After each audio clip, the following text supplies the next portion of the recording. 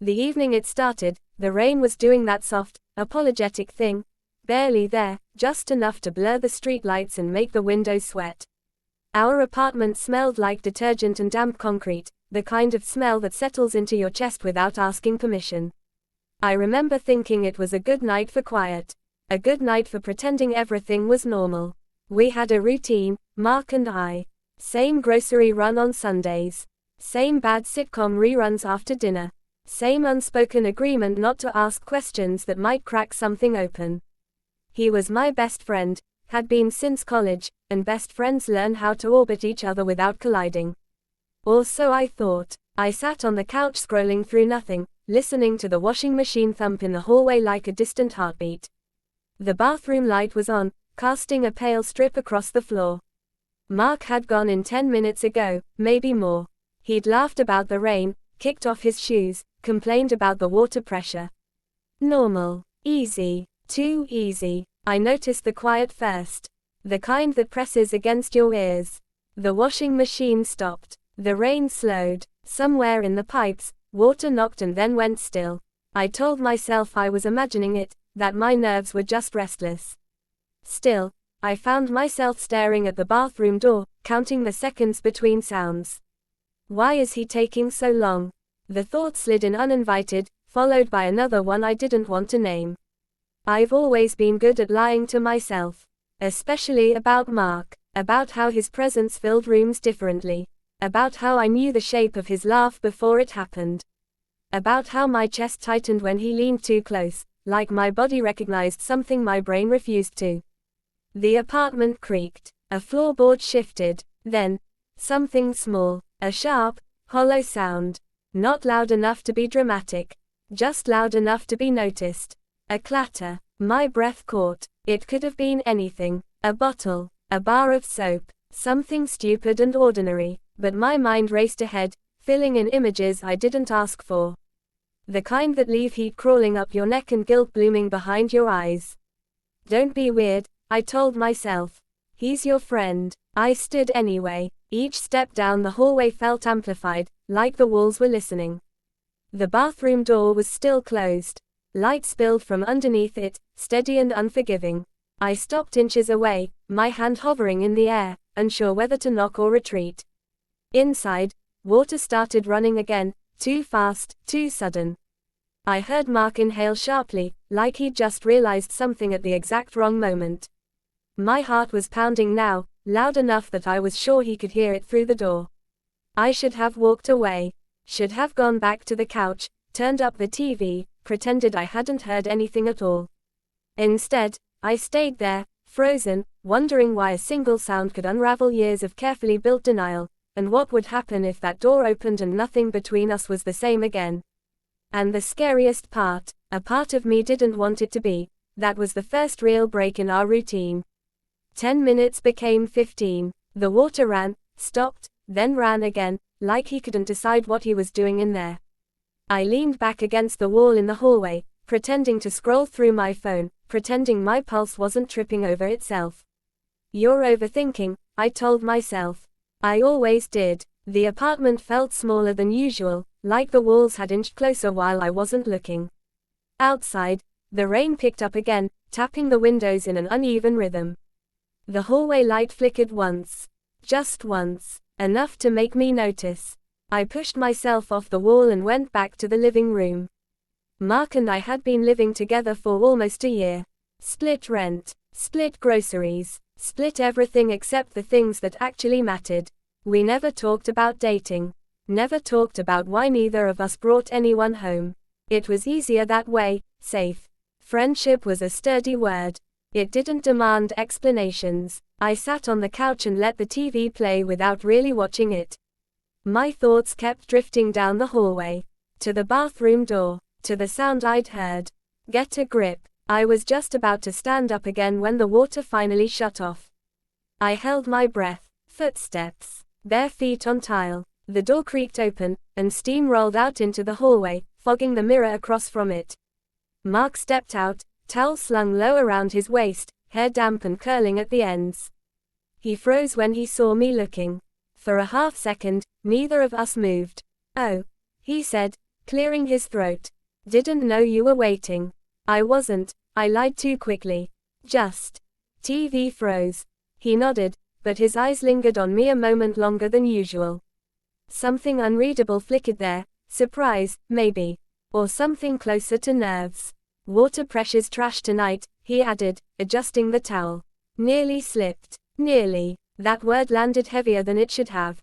Everything okay? I asked. Yeah, fine. He smiled, but it didn't quite reach his eyes. Then he turned and headed toward his room, leaving damp footprints on the floor. I watched them fade as the air swallowed the moisture. That should have been the end of it. It wasn't. Dinner was quieter than usual. We ate at the small kitchen table, rain humming softly against the windows. Mark picked at his food, pushing it around with his fork. Every now and then, I caught him glancing at me, then looking away when our eyes met. You good? I asked again. He shrugged. Just tired. Another lie, or at least not the whole truth. After dinner, he disappeared into his room. His door clicked shut, not slammed, just firmly closed. I sat alone with the hum of the refrigerator and the low whistle of the wind outside. The silence pressed in again, heavier this time. I tried to focus on the TV, but my thoughts wouldn't cooperate. What if you imagined it? What if you didn't? I'd known Mark long enough to recognize when something was off. He laughed louder when he was nervous. Avoided eye contact when he was hiding something. Tonight, he was doing both, just not at the same time. Around midnight, I heard him moving again. The floorboard outside his room creaked, the one that always did. Then another. He wasn't heading for the kitchen. Or the bathroom. He stopped outside my door. My heart slammed so hard I was sure it would give me away. There was a pause, a breath, then a soft knock. Hey, he said through the door. You awake? Yeah. The door opened slowly. He stood there in a faded t-shirt and sweatpants, hands shoved into his pockets.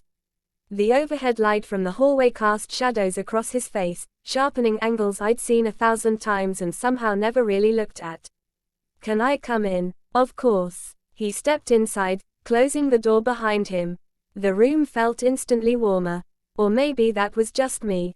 Mark paced once, then stopped, rubbing the back of his neck. This is stupid, he muttered. What is? He looked at me, really looked, like he was deciding whether or not to jump off something high. Earlier, in the bathroom, my stomach dropped. Yeah, I slipped, he said. Like I said, dropped the soap. He let out a short, humorless laugh. Guess I made it sound more dramatic than it was. I smiled weakly. Happens. Another pause. Thicker than the others. There's more, he said quietly. I waited. I don't know why it freaked me out so much, he went on. I mean, it was nothing. But for a second, I thought, he stopped himself. Thought what? His jaw tightened. Thought you might hear. Thought you might come in. My mouth went dry. And, I asked. And I didn't know if I wanted that or not. The words hung between us, fragile and dangerous.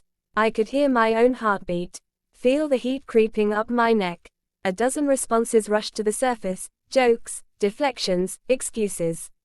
I swallowed them all. Mark, I said carefully, what are you saying? He exhaled slowly, like he'd been holding his breath for years. I'm saying I've been pretending something doesn't exist. And tonight, for whatever reason, I couldn't anymore. My thoughts raced, colliding with memories I'd buried deep, late night talks that lingered too long. Accidental touches that felt anything but accidental.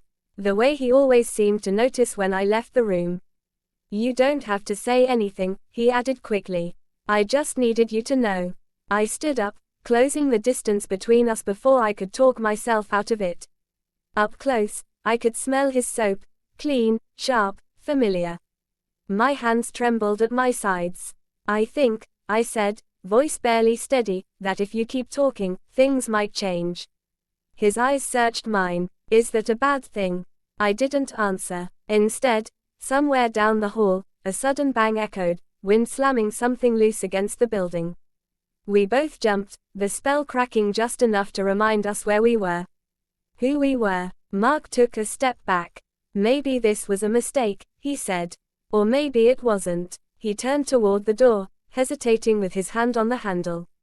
I watched him, every nerve in my body screaming at me to say something, to stop him, or let him go, or do anything at all. The door opened. He looked over his shoulder. Good night. The door closed softly behind him. I stood there long after, staring at the space he'd left behind, wondering whether we'd just crossed a line, or only just reached it. And if that sound in the bathroom hadn't been an accident at all, what else had Mark been holding back? I lay on my back staring at the ceiling, counting the tiny cracks I'd memorized over the past year. Every sound in the apartment felt amplified, the refrigerator kicking on, the wind rattling the window, the distant bark of a dog outside. And beneath it all, the awareness of Mark in the next room. Awake or asleep, I couldn't tell. I only knew he was there, separated from me by a few inches of drywall and years of denial. Don't make this bigger than it is, I told myself. You already have. I must have drifted off at some point, because the next thing I knew, a sound pulled me back, soft, unmistakable. My name. Hey, Mark whispered from the hallway.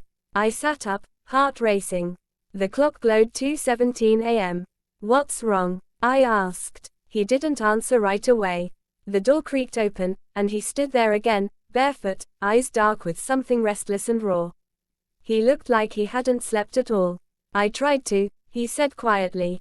Sleep. Forget what I said. And I can't. The room felt smaller with him in it. Charged. Like the air was waiting for a spark. You should go back to bed, I said, even as my body betrayed me, leaning forward, attentive. I don't want to lie anymore, he replied. Not to you. That word, you, landed heavy. Personal. I stood, closing the distance until we were only a breath apart. I could see the tension in his shoulders, the way his hands curled and uncurled at his sides. This changes things, I said. I know. And if we cross this line? I know, he repeated, sharper this time. I've known for a while. That startled me. How long? His mouth twitched, almost a smile, almost a confession. Long enough. The silence stretched, thick and unbearable. My mind screamed caution, replaying every rule I'd ever set for myself. He's your best friend. You could ruin this. You could ruin everything. But there was another voice now, louder than the rest. What if you don't? Mark shifted closer, hesitant, giving me time to stop him. I didn't. Tell me to leave, he said softly. And I will. I searched his face for certainty, for regret, for anything that would make the decision easier. I found none of it. Only the same fear and want twisting together in my own chest. I don't want you to, I admitted. The words felt dangerous, liberating. He exhaled, a shaky sound, and for a moment, neither of us moved. Then, carefully, like approaching something fragile, he reached out. His fingers brushed my wrist.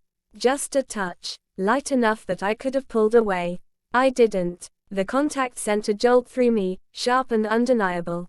Years of restraint cracked in an instant. My thoughts scattered, replaced by sensation, the warmth of his skin, the way his thumb stilled when he realized I wasn't stopping him.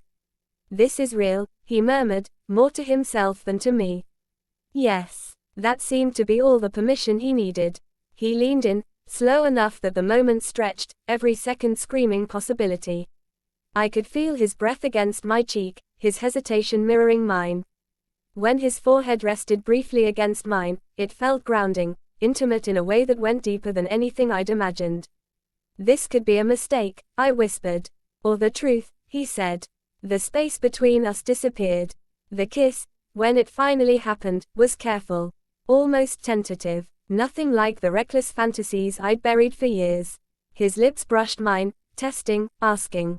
I answered before I could think, the world narrowing to that single point of contact. Time fractured. There was no dramatic rush, no fireworks, just a quiet, devastating rightness. The kind that sinks into your bones and refuses to leave. My hands found his shoulders, steadying us both as if the floor might give out beneath our feet. When we pulled back, our foreheads touched again. We were both breathing hard. Oh, he said, like he'd just realized something irreversible. I laughed softly, a sound caught between disbelief and relief. Yeah. Reality crept in slowly, unwelcome but impossible to ignore. The apartment. The night, everything we stood to lose. Mark stepped back first, guilt flickering across his face. We should stop. I nodded, even though every part of me protested. We should. Neither of us moved. This doesn't erase what we are, he said. Or what we have. I know. But it does change it. Yes. He ran a hand through his hair, pacing once like he had earlier. I don't regret it, he added quickly. I just don't know what comes next. Neither did I. A sudden crash of thunder rolled overhead, rattling the windows. Rain surged back to life outside, heavier now, relentless. The storm felt like a reflection of what we'd just unleashed. Mark walked to the door, stopping with his hand on the knob. He looked back at me, eyes searching, vulnerable in a way I'd never seen before. Say something, he asked. I swallowed. Stay. Just. Not like that. Not tonight. He considered it, then nodded. Okay. He sat on the edge of my bed, leaving space between us. The distance felt louder than the kiss. We talked then, quietly, carefully, about nothing and everything. About college, about how lonely it had been sometimes, even together. About the things we hadn't said because they felt too dangerous. Hours slipped by unnoticed. When dawn finally crept in, pale and unforgiving, Mark stood. We can't pretend this didn't happen. No. I agreed. He hesitated, then smiled faintly. Guess we'll have to figure out what it means. As he left the room, exhaustion finally dragging at his steps, I lay back against the pillows, staring at the ceiling again. Only now, everything felt different. Charged. Uncertain. We'd crossed the line I'd feared for so long. The question wasn't whether we could go back. It was whether we even wanted to, and what would happen if we didn't. Morning didn't arrive all at once. It crept in slowly, thin gray light seeping through the blinds, settling into corners we'd never really noticed before. The storm had moved on, leaving the air heavy and clean, like the apartment itself was holding its breath. Mark was already awake when I stepped into the kitchen. He stood by the counter, mug in hand, staring out the window like the city might explain something if he looked long enough. His shoulders were tense, posture careful, as if he wasn't sure where to place himself anymore. Morning, I said. He turned, startled, then relaxed. Hey, that single word felt loaded now. Everything did. The coffee machine gurgled, too loud in the quiet. I busied myself with pouring another mug, grateful for something to do with my hands. When I finally faced him, our eyes met, and immediately slid away again. We stood there like strangers borrowing each other's space. I didn't sleep much, he said. Me neither. Silence followed. Not the easy kind we were used to. This one had edges. I noticed small things I'd never paid attention to before. The faint crease between his brows, the way his fingers tapped once against the mug and then stilled, like he was catching himself. He noticed things too. I could feel it. The way his gaze flickered to my mouth, then quickly away. The way his breathing changed when I moved closer to grab sugar from the shelf. Nothing happened, and somehow, that felt louder than everything that had. We sat at the table eventually, coffee growing cold between us. Outside, the street hummed back to life, cars passing, someone laughing too loudly on the sidewalk below. Normal life, continuing without any regard for what had shifted inside our small apartment.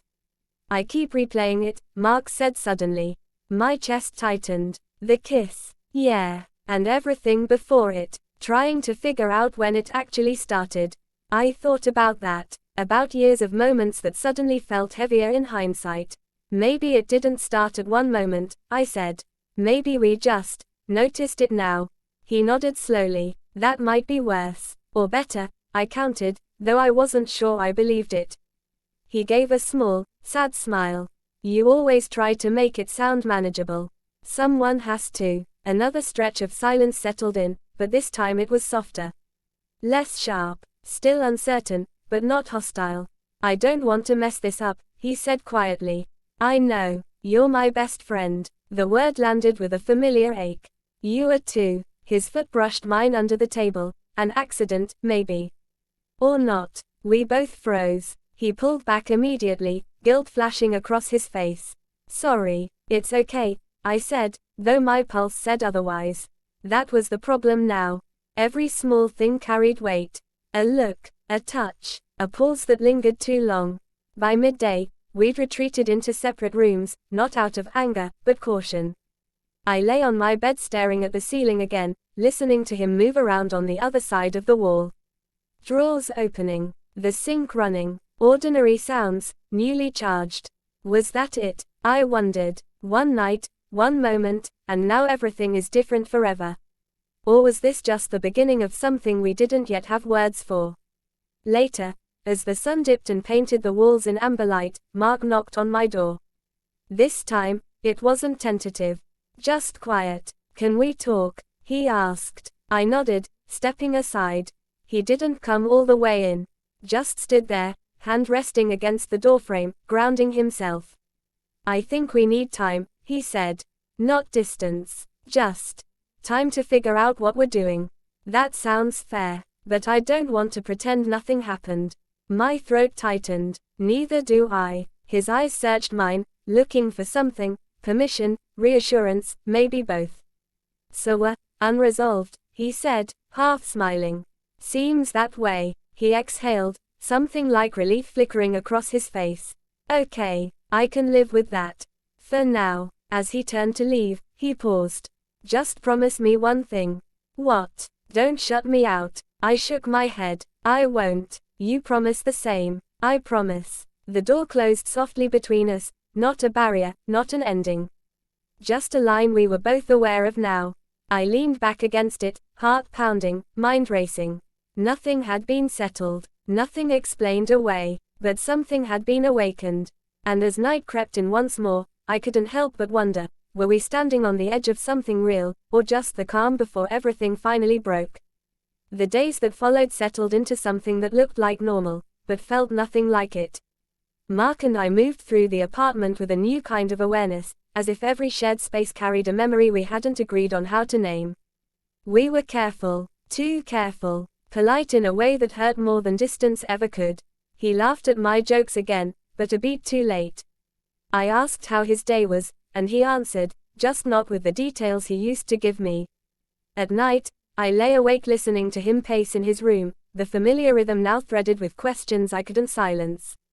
Is he thinking about me? Is he regretting it? Or is he waiting for me to say something first? Unspoken things have weight. I felt them everywhere. One evening, I came home to find his room empty. Bed neatly made. Desk cleared. His jacket, gone. Panic flared before logic could catch up. I checked my phone. No message. No missed call. The apartment felt wrong without him, like a sound had been cut mid-note. I told myself he was just out. That this was nothing. Still, I stood there too long, staring at his closed door like it might explain something if I waited.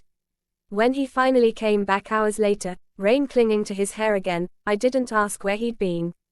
He didn't offer. We ate dinner in near silence. Forks clinking. The hum of the fan overhead.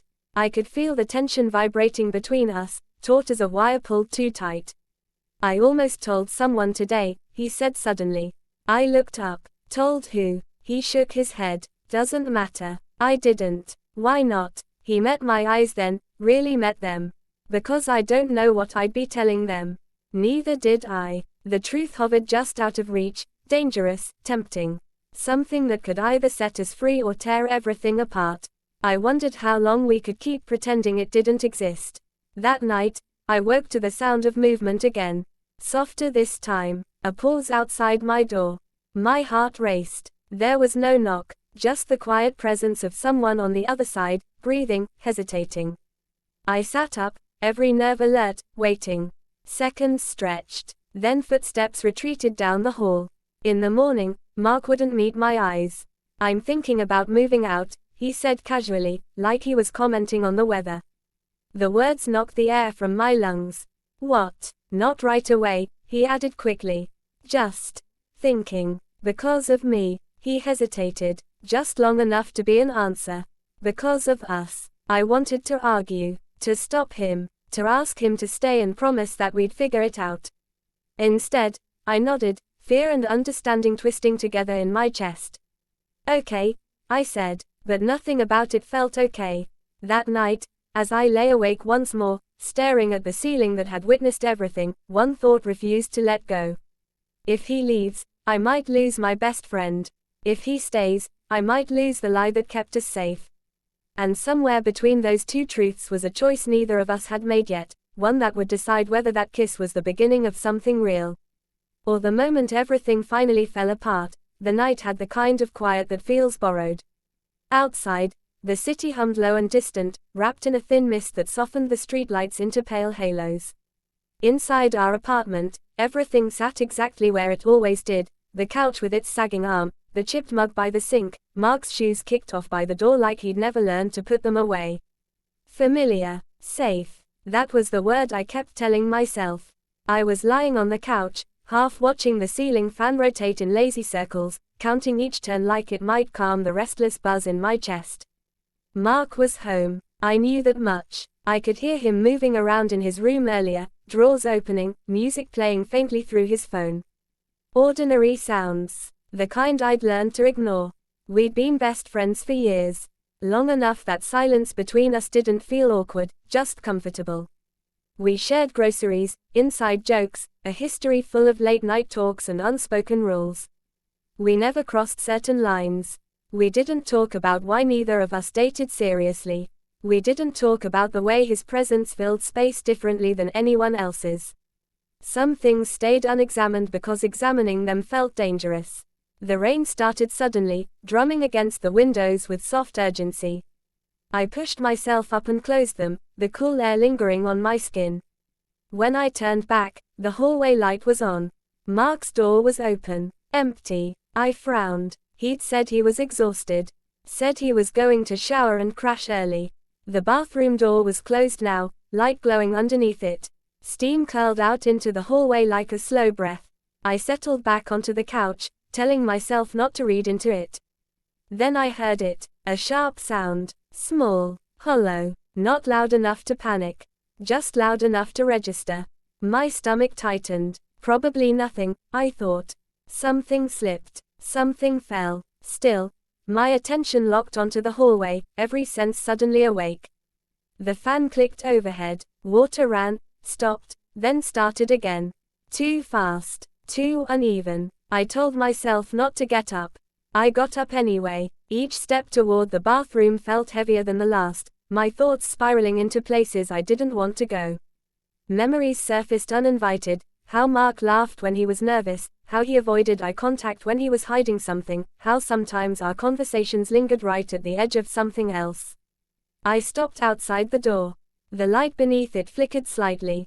Inside, Mark exhaled, a sound that wasn't quite relaxed, not quite steady. My name almost formed on my tongue. I hesitated. If you knock, I thought, something changes. If you don't, something still might. My hand hovered inches from the door, heart pounding loud enough to drown out the rain.